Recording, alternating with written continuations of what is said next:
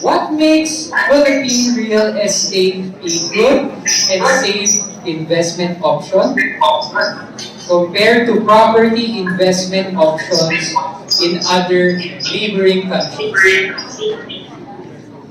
I'll repeat the question for Mr. Mendoza. What makes the Philippine... Again, thank you. Go ahead. Thank you for that question, Ron.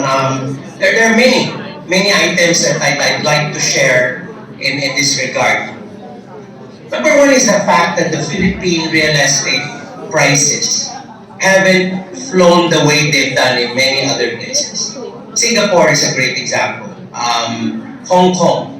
You know, even Thailand right now, if you're really going to be buying something within the metropolis, Malaysia, the prices have actually moved substantially over the last decade.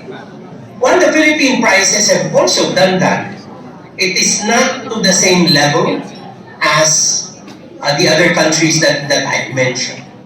And I guess the big reason for that is the second that I'm going to be citing, and that's how we get to cover demand.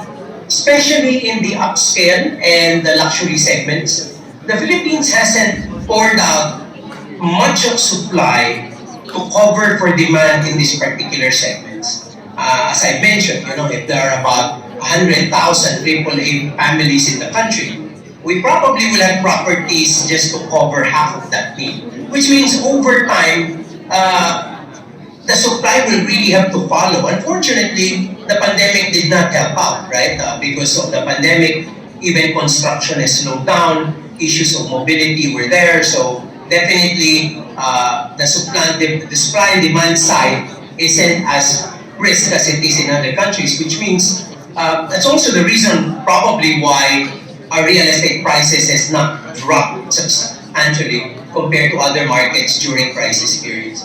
And maybe the last one, which is for me very important, is the fact that in the Philippines you will still have choice properties within the central business districts. In many countries, again like Singapore, you cannot take a piece of the CBD anymore because it's way so expensive.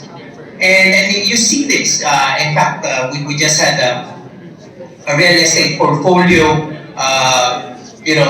trip to Thailand, and as I mentioned, there is nothing really so interesting within downtown Bangkok anymore. I mean, that's too expensive. You have to move out into the outskirts to be able to get something worthwhile. In the Philippines, however, you know, we're talking about Makati, we're talking about BGC, Arca South. These are still, you know, the primest of the prime locations. Even in cities like Davao and in Cebu, you can actually take, you know, units, you can take properties all within the central CBD, and everybody knows, you know, sure as an economic recovery happens, these are the places that will have a bit of a hiccup when it comes to real or substantial recoveries in estate or asset prices.